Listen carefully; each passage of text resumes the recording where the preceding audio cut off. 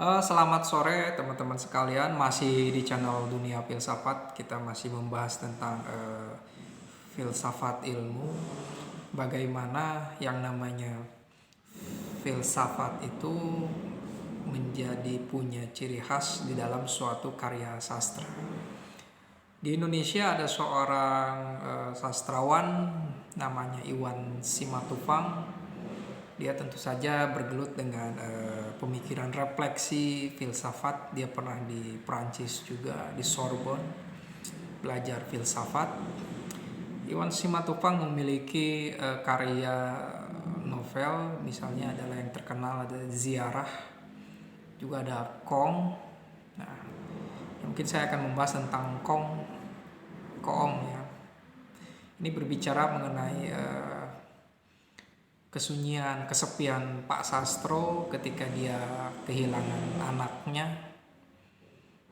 anaknya tertabrak kereta api di Jakarta. Ini suatu udah tragedi ya.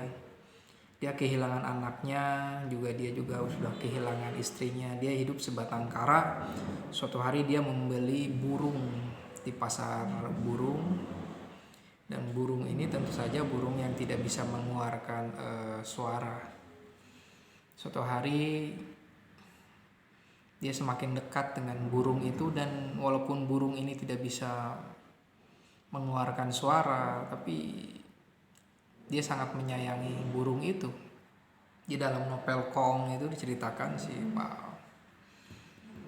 Pak Sastro ini seorang yang sangat kaya raya. Dia hanya hidup sendiri, disuruh untuk menikah lagi juga dia tidak mau. Dia selalu mengingat kesepiannya. Suatu ketika burung yang disayangi oleh Pak Sastro ini hilang, terbang gitu. Dia sangat kehilangan sekali, dan dia ingin mencari burung itu.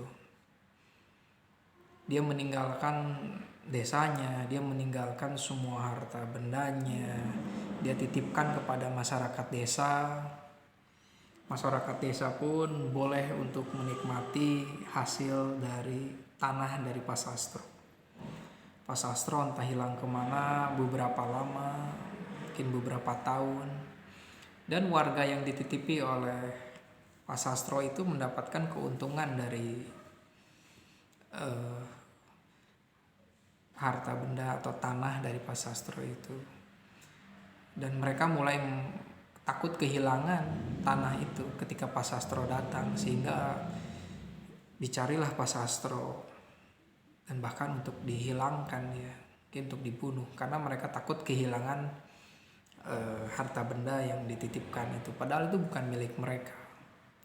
Pak Sastro tentu saja tetap dia mencari burung itu.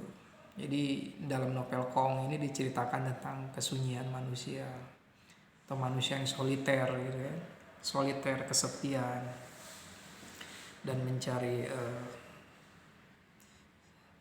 sebenarnya burung itu ingin sesuatu yang dicari oleh Pak Sastro.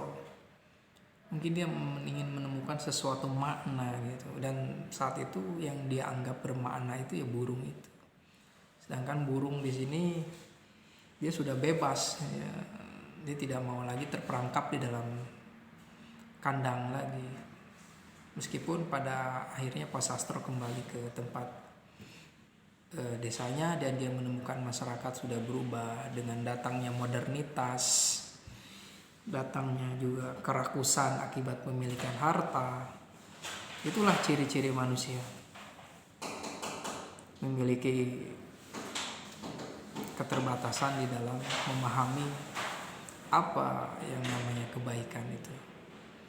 Jadi karena kepemilikan harta, karena memiliki kesempatan untuk mendapatkan kesenangan material, jadi mereka bisa berubah.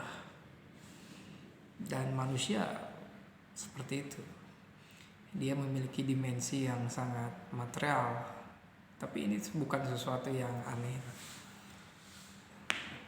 Dan bagi Pak Sastro, mungkin harta itu bukan sesuatu yang lagi bermakna bagi dia pada fase kehidupannya, karena dia berusaha untuk mencari sesuatu yang dianggap bermakna. Dia menentukan burung itulah yang paling bermakna ya bagi dia, itulah yang bermakna bagi dia. Nah, muatan novel dari Iwan Simatupang ini memang bercorak eksistensialis. Ciri orang-orang eksistensialis itu ya dia menceritakan tentang kesepian, kesunyian, soliter, hidup soliter, juga suatu komitmen untuk mencari makna.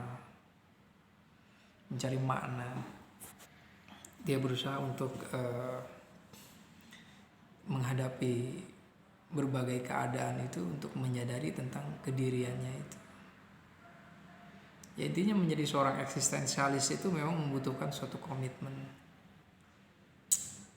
untuk berani menyatakan inilah tujuan saya, mungkin seperti itu ya. Sebagaimana kisah di cerita pewayangan juga ya, bahwa Bima itu ingin mencari jati dirinya itu.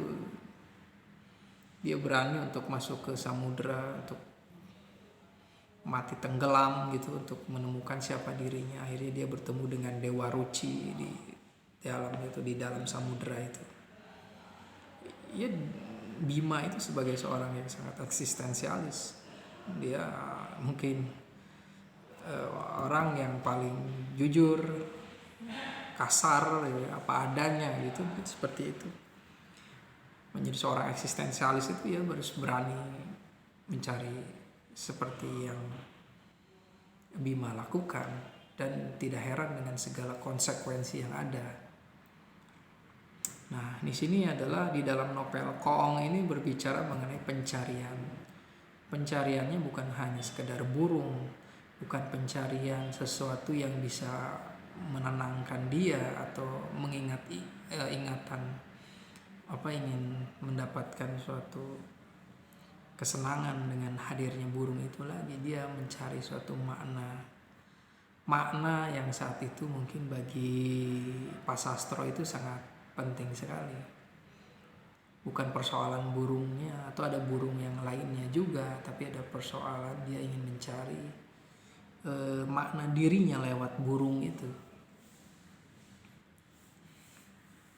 Bagaimana bisa seseorang meninggalkan harta bendanya untuk sesuatu yang mungkin dikatakanlah hal kecil, misalnya burung.